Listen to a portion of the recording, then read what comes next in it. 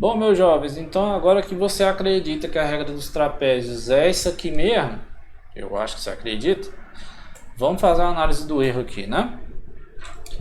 Quando a gente faz lá a integral do polinômio de Lagrange, né, de ordem 1, o erro é o mesmo erro do de Newton, que é o mesmo erro de fazer para sistemas lineares, que a gente viu que o polinômio, quando ele existe, ele é único, né? Só muda a forma de descrever o polinômio.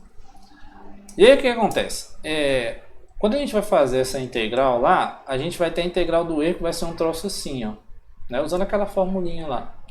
Como só tem dois pontos, então fica só x menos x0 e x menos x1, vezes o f2 aqui é a segunda derivada da f num ponto c que depende de x, que está dentro do intervalo x1, x0. Beleza? Então, para não trazer toda a raiva e todo o processo, né? É legal, é interessante você ver a técnica que o pessoal faz para integrar, resolver essa integral aqui. Usando o teorema do valor médio, né? Eu falei para vocês no começo do curso que a grande ferramenta que a gente tem é o teorema do valor médio junto com a série de Taylor para fazer a demonstração dos negócios. Então, usando o teorema do valor médio para integrais, a gente consegue demonstrar que o erro deste polinômio de grau 1, quando a gente faz a integral, fica isso daqui, ó. H ao cubo sobre 12 vezes a segunda derivada num ponto C fixo, tá? Esse C ele vai ser determinado usando o teorema do valor médio lá. Tá? O teorema do valor médio garante que existe algum C lá dentro, tá? Que a derivada é uma média, né, do deslocamento médio entre o ponto A e B. Aí para integrar basicamente a mesma coisa. Você vai dizer assim, existe um ponto lá, tal que esse ponto, o valor médio da integral vai ser igual ao valor da função nesse ponto. Aí você usa isso com peso, porque tem esse produto aqui, aí você vai ter que fazer aproximar a integral do produto, né, dessa aqui com essa. Tá, tudo bem, mas não vou fazer demonstração. Eu quero que você acredite que vai ser isso aqui e esse C tá lá dentro do intervalo. O nosso caso não é para determinar o C. O nosso caso que a gente vai fazer é qual será o maior erro que esse troço pode fazer, né? Então, a gente vai, ao invés de estabelecer um C dentro do intervalo x0, x1, a gente vai pegar o máximo da segunda derivada. Então, o erro que a gente comete neste processo de fazer um trapézio, ele é o que? Proporcional ao cubo da distância entre x1 e x0 e também depende da segunda derivada da função. O que isso está falando? Se a segunda derivada da função for grande para todo ponto no intervalo, o erro vai ser grande também. Outra observação, se o intervalo é muito grande, o erro aumenta com o cubo deste intervalo. Né? Então, se você pegar o intervalo entre 0 e 1, por exemplo, tipo, pegar meio, aí o seu erro vai ser menor. Porque se o tamanho do H é 0,5, vai aparecer aqui 0,5 ao cubo, que é 0,0625. Sei lá, cara, não sei fazer conta não, mas tudo bem. E aí, então, este seu erro depende do H. E uma outra observação fenomenal é essa daqui, ó.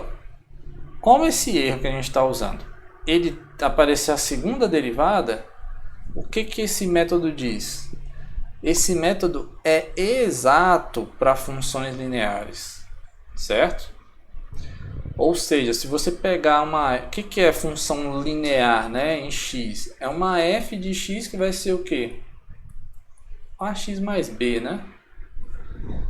Qualquer coisa linear, essa integral, esse método é exato. Porque a segunda derivada aqui é zero, né? Então na equação do erro vai ficar zero. Ou seja, não tem erro quando você usa uma função de grau 1. Se a f é de grau 1. Olha só que mágico, né? E aí para funções que não são de grau 1, a gente pode olhar essa fórmula aqui com o termo que é mais importante para a gente na fórmula do erro, que é o h. A gente pode escrever que a integração com a regra dos trapézios, ela vai ser, né, esse termo aqui, mais alguém da ordem de h ao cubo. Para dizer o quê? Se o seu h aumenta, esse termo aqui vai aumentar h ao cubo. Certo? Então, cuidado, né? Isso indica o quê? Se o intervalo é muito grande, essa regra aqui não vai dar certo, tá? Não vai conseguir surtir o efeito que a gente espera e o valor da integral vai ficar muito distante do que a gente acha que deveria ser, tá bom? Porque o erro, né, é limitado por uma coisa da ordem de h ao cubo. Pode ser h ao quadrado, né? Não sei, não. Pode ser linear, também não. Certo? A gente vai ver que não é menor do que uma coisa linear, tá bom? Ah, mentira, a gente não vai ver não. A gente só vai lembrar que o erro nessa ordem, né, dessa regra dos trapézios, que é o polinômio 1 de Lagrange, é da ordem de h ao cubo. Beleza? Mas o método é exato para funções lineares. Maravilha, né, cara? Beleza. Eu vou deixar os exemplos para a gente fazer disso numa lista de exercícios, tá? Não vou fazer os exemplos agora aqui não. Vou selecionar depois e vou fazer uns exemplos separadinhos para que a gente entenda. Então tá bom, a gente encontrou um método que é exato para funções lineares e ele tem um erro da ordem de h ao cubo. A gente vai agora fazer o seguinte. Um novo método que é baseado nesse. Só que o erro dele vai ser menor. O que a gente vai fazer, né? É o que o pessoal conhece como regra dos trapézios repetidas. Ou tem alguns livros que chamam de regra dos trapézios generalizada. Tá bom? Qual é a ideia, né? Aqui, como eu falei, se o intervalo é grande, já era. Porque se não for uma reta, compadre, você vai encontrar um problema. A ideia, então, vai ser o quê? Se a gente, que nem nesse desenho aqui, se a gente tem que integrar essa função de 0 até 3, se a gente fosse fazer a regra dos trapézios aqui, ó, tu ia botar esse ponto aqui, esse aqui ia ser o teu x1, tu ia botar esse ponto aqui. Esse aqui ia ser o seu x0. Aí você ia fazer o trapézio daqui para lá. Aí tá certo, né? Olha só, gente, que bonito, né? A integral aqui, desse negócio dessa altura aqui, você aproximando com esse troço aqui, né? Uma tristeza. Então o que a gente vai fazer? Ao invés de fazer, né, desse intervalo todo, a gente vai começar o seguinte, tá? Como vai ficar ruim, eu vou fazer o seguinte. Vou dividir esse intervalo aqui, ó, em um monte de pontinhos. Vou botar aqui, esse aqui vai ser o x1, esse aqui vai ser o x12, esse aqui vai ser o x3. E aí, ao invés de fazer um trapézio só, eu vou fazer 3 trapézios diferentes. E aí, ó, olha como é que vai ficando melhor a aproximação da área, né? Já, poxa, comparado com o primeiro, não tem nem... Deus do céu, né? Você vai falar, cara, ficou muito melhor. Qual é a ideia? Agora é o seguinte, ao invés de pegar, né, só os extremos, a gente vai pegar um monte de pontos aqui no meio e vai montar esse trapézio, vai contar a área dele, mais a área dele, do outro, mais a área do outro. Isso vai dar uma aproximação para integrar inteiro, né? Que bonitinho. Então, a gente vai pegar um intervalo e vai dividir em n pedaços, tá? Tudo do mesmo tamanho. Ou seja, a gente vai ter que escolher, né, n pontinhos, n mais 1 pontos, para pegar n bases, certo? Porque o x0 tem que estar na conta, ó. Então aqui eu tenho 4 pontos, e aí para o meu troço ficar do mesmo tamanho, eu vou pegar esses, né, da ponta até o primeiro, e dividir por 3. Então se eu quero 3 trapézios, eu tenho que ter 4 pontos, certo? E aí, ó, para cada intervalo xi menos u, xi, claro que o i indo de 1 até n, a gente vai montar o trapézio que aproxima o valor da integral neste intervalo. Olha aí que bonito. Então, o valor da integral, né, do intervalozão grandão de a a b vai ser, ó, a base h, que é fixa, não está mudando ainda, tá bom? Isso é uma teoria que a gente vai ver depois, que a gente vai conseguir fazer essa integração e tentar descobrir assim, pô, será que eu tenho que botar mais pontos aqui, menos pontos lá, para ficar... Mas calma, primeiro pensa que é tudo do mesmo tamanho. Tudo do mesmo tamanho. Então a gente vai fazer a integral. Aí no primeiro trapézio vai ser isso aqui. O segundo trapézio utiliza como base, né, ou como uma das bases, a última que a gente pegou, né, porque eles compartilham aqui o mesmo, essa mesma base aqui, né. Lembrando que o nosso trapézio aqui está deitado, né, a altura que vai ser isso aqui. Então, ó, esse daqui, ó, é essa base menor e a base maior para esse aqui. Aí o segundo tem essa mesma aqui e aí vai avançando numa só, né. E aí o terceiro vai ser f de x2 mais f de x3 sobre 2 e tal. O que a gente tem, ó? A menos do primeiro e do último, todo mundo aparece duas vezes. Somando. Então a gente botando em evidência lá, ó, fica assim, ó, a nova fórmula para calcular a integral. Olha que coisa fácil. E você, olha, você pode botar qualquer raio de função aqui, cara. Sua integral, você não tem que fazer conta, é só calcular o valor da função e somar. Meu Deus do céu, que coisa fácil, né? Então você vai pegar, ó, h sobre 2, para não ficar tão feio botando tudo dividido para h aqui. Aí, ó, o primeiro, mais duas vezes todo mundo que está lá no meio, mais o último, né? Então é muito fácil essa fórmula. A pergunta é, e o erro? Será que fica menor mesmo? Né? Qual é a diferença? Esse h comparado com o primeiro é muito menor, porque a gente dividiu o tamanho dele por n, né? Então, o que vai ser importante para a gente, que a gente vai usar de parâmetro agora para determinar aquela equação do erro, não vai ser o tamanho h.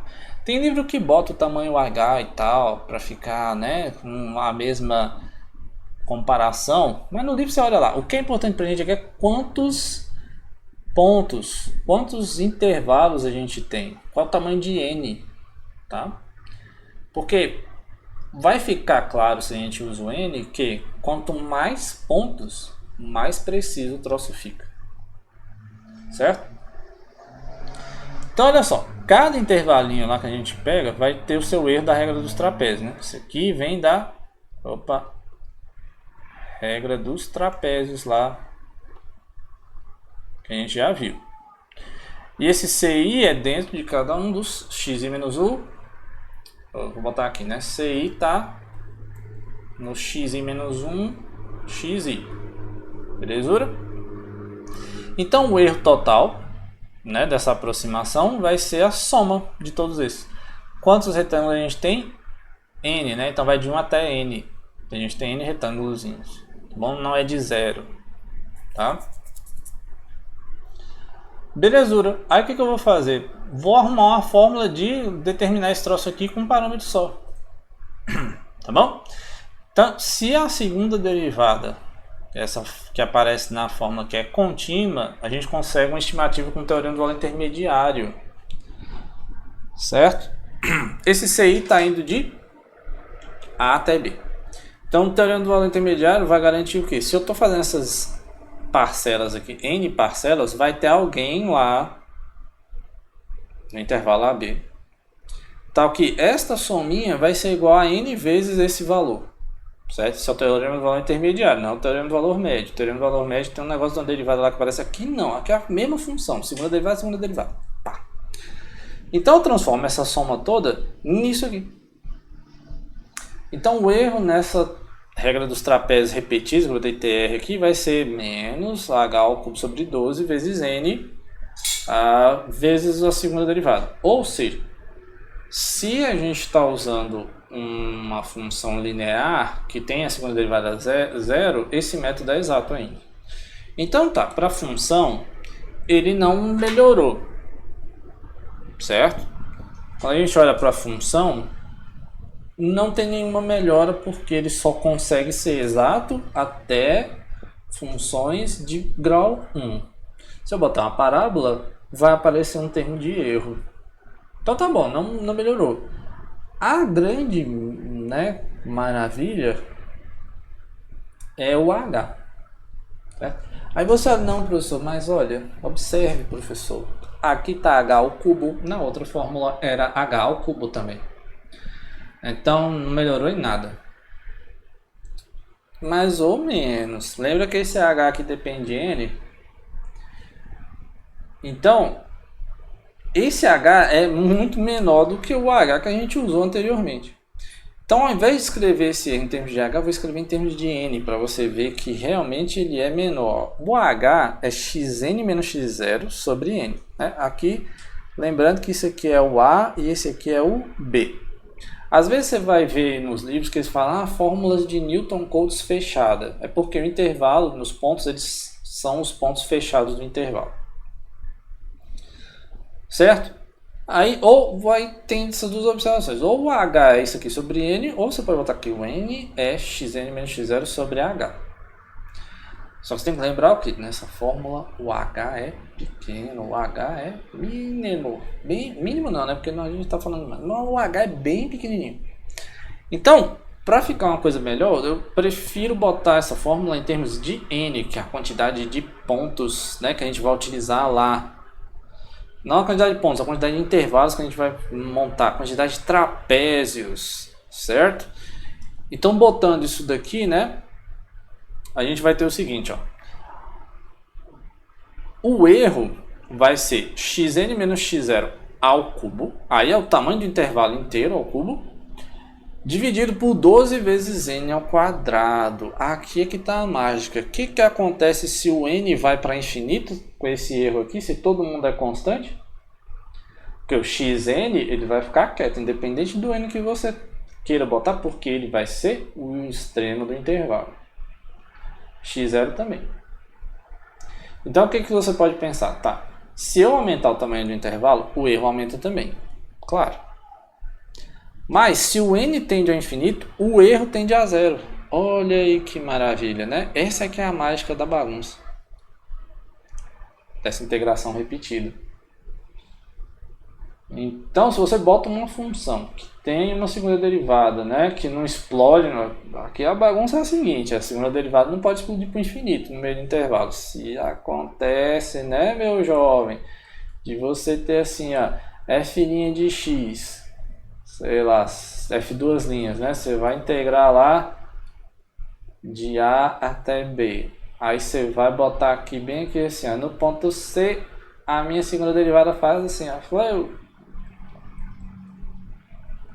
faz de conta que esse é o gráfico da da f duas linhas, né? Aí nesse ponto C, a f vai para o infinito. Aí bagunça o esquema aqui, é porque é um troço indo para zero, esse aqui indo para zero, esse aqui indo para o infinito. 0 vezes infinito vai para onde, né? Indeterminado. Aí você vai ter que usar uma análise um pouquinho mais tranquila para fazer a bagunça. Então garanta que a sua segunda derivada limitada resolveu. Você consegue calcular o erro na tranquilidade. Belezura? Então, olha só, se a gente fosse escrever, né, esse erro aí com aquela notação assintótica, a gente ia ter o seguinte, olha, que a integral usada, calculada com esse método, vai ser aquele valor que eu chamei aqui de integração de trapézios repetidas, mais um termo que depende, né, de n da forma 1 sobre n ao quadrado.